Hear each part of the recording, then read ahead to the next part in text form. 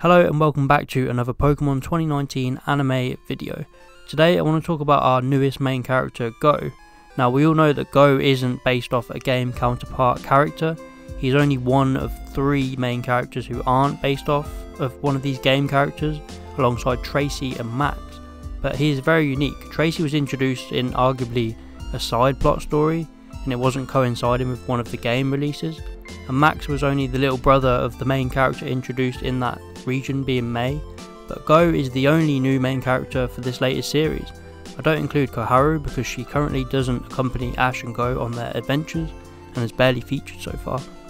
So Goh is quite clearly a massive focus of this series. It's all about him and Ash and their journey together as they work with Professor Sakuragi to discover the mysteries of the Pokemon world, along with both of their individual goals to catch every single Pokemon, working his way up to Mew, and to defeat Leon and become the greatest of all time, respectively. So what exactly is the point of Goh? We're about 20 episodes into the series and I'm still struggling to understand his character. As a young boy he met Mew, and ever since he's dreamed of catching it. And initially he wanted Mew to be his first ever Pokemon. You could see this when Professor Sakuragi offered him the 3 Kanto starters, and he decided no, he didn't want any of them because he wanted Mew as his first ever Pokemon. But this quickly changed in episode 5 when he decided to capture a Scorbunny that he bonded with. So after Goh catches Scorbunny, he decided that he's going to capture every single goddamn Pokemon that he gets his hands on. I didn't really understand his motive to switch up his mindsets just so quick. He wanted Mew at first, and then randomly in episode 6 he just starts capturing everything on his way to get Mew. I'm not saying I don't enjoy it. In fact, I really like that we have 2 main characters with different goals, and one of them is just capturing Pokemon left, right and centre. This is something we've never seen in the Pokemon anime, and it depicts how real people play the games. They strive to capture all the Pokemon, complete the decks, get the shiny charm, and then even hunt for some shiny Pokemon, which we have now seen in the anime as well. But the main question that I have is, what is Goh's purpose as a main character? What is he bringing to develop the story? There's a lot of positives that he brings, and also a few negatives. I'll start with the positives first.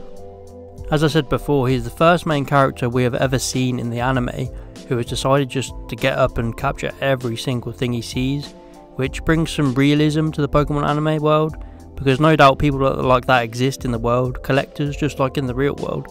Secondly, just the fun that this aspect brings to the series. Every single episode we get a fun interaction that Goh has with a new Pokemon, or him realising that he can't capture a specific Pokemon. I love the Dragonite episode because it shows him struggling and really becoming obsessed with his goal, which can be so relatable to many people. The next positive is that it just gives us something to watch, and it gives Ash a different type of character to socialise with. This is different for Ash, although the Pokemon slogan has been "Gotta catch them all." No one ever really does catch them all. In fact, Ash has only caught 5% of them all. Goh nearly has as many Pokemon in 20 episodes as Ash does in 23 years, which is crazy to think about. So it's a massive difference to previous characters, and it's enjoyable to see how Ash and Goh work together, and how the series progresses with them 2 being at the front of it. And now on to the negatives. So far Goh seems very one-dimensional. A typical episode for him will be tossing a Pokeball at the first Pokemon he sees, and then what do you know, he's caught it without battling it. It becomes very boring and tedious watching him do the same thing over and over again, and that's a massive problem they've created for themselves. By making Goh's ultimate goal to capture every single Pokemon, you create a giant hurdle. There's over 890 Pokemon now, and even to come close to that number, Goh has to catch on average of 6 Pokemon an episode, which is way below at the minute. I do however believe that Goh won't complete this dream. I think somewhere along the line he'll realise that there's more to Pokemon than just a number in a Pokédex.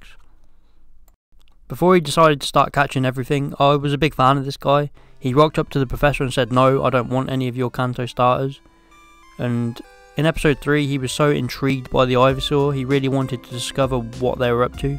He didn't just want to capture it to fill them in the database, he wanted to actually learn about them. And this is the same in episode 4 and episode 5.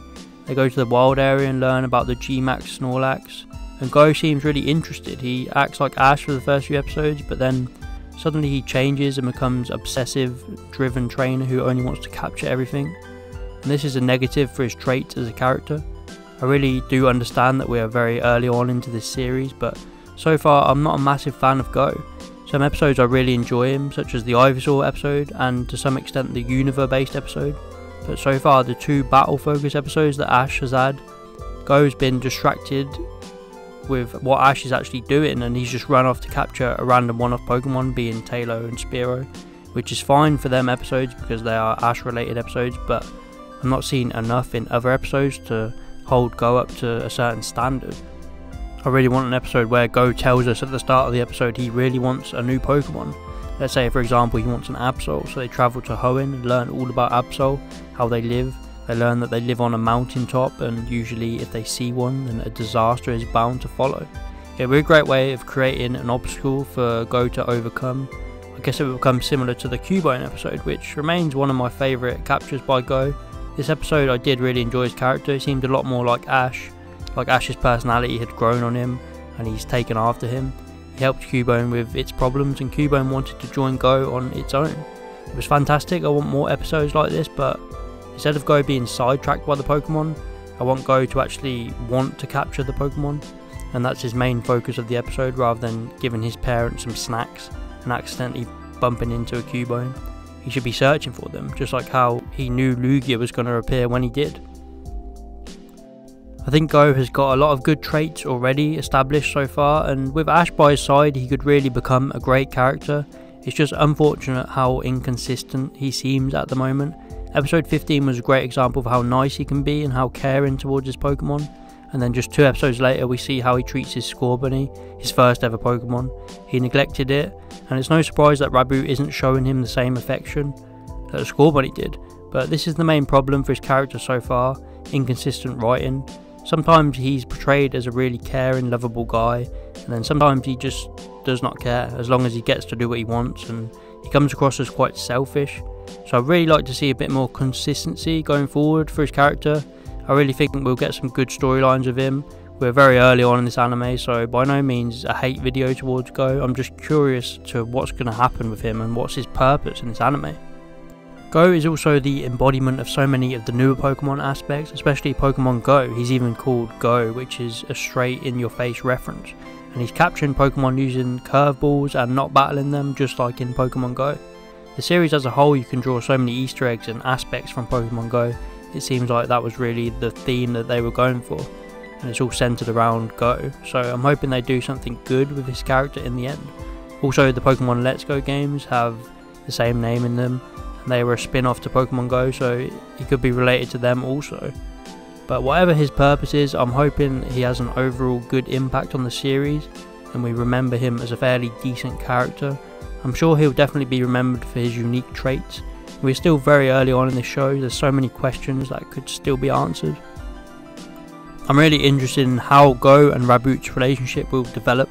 Will Goh ever move towards battling like Ash? Will he actually capture every single Pokemon? And finally, will he capture his dream Pokemon, being Mew? Please let me know down below your opinions on all these questions. Another idea I had was Goh could possibly be getting ready to take Ash's place as the main protagonist. Something I don't believe is going to happen, but it would certainly be quite interesting if he did. He would need to grow as a trainer a lot more before he did this. So overall, Goh's purpose in this anime is still unknown really. I believe so far it is just to add some fun and enjoyment to episodes, to give us something to do in between Ash's battles and to show a different type of Pokemon that are found in different regions. To me, he's merely someone to get us through the filler at the moment, but of course things could change. His character growth could progress and he could become a massive part of the new series. Please let me know your thoughts on Goh down below. Do you like him? Do you hate him? And should he treat his Pokemon as friends instead of just a number to be filled in his decks? Thank you for watching. Please like and subscribe if you did enjoy, and I'll see you next time.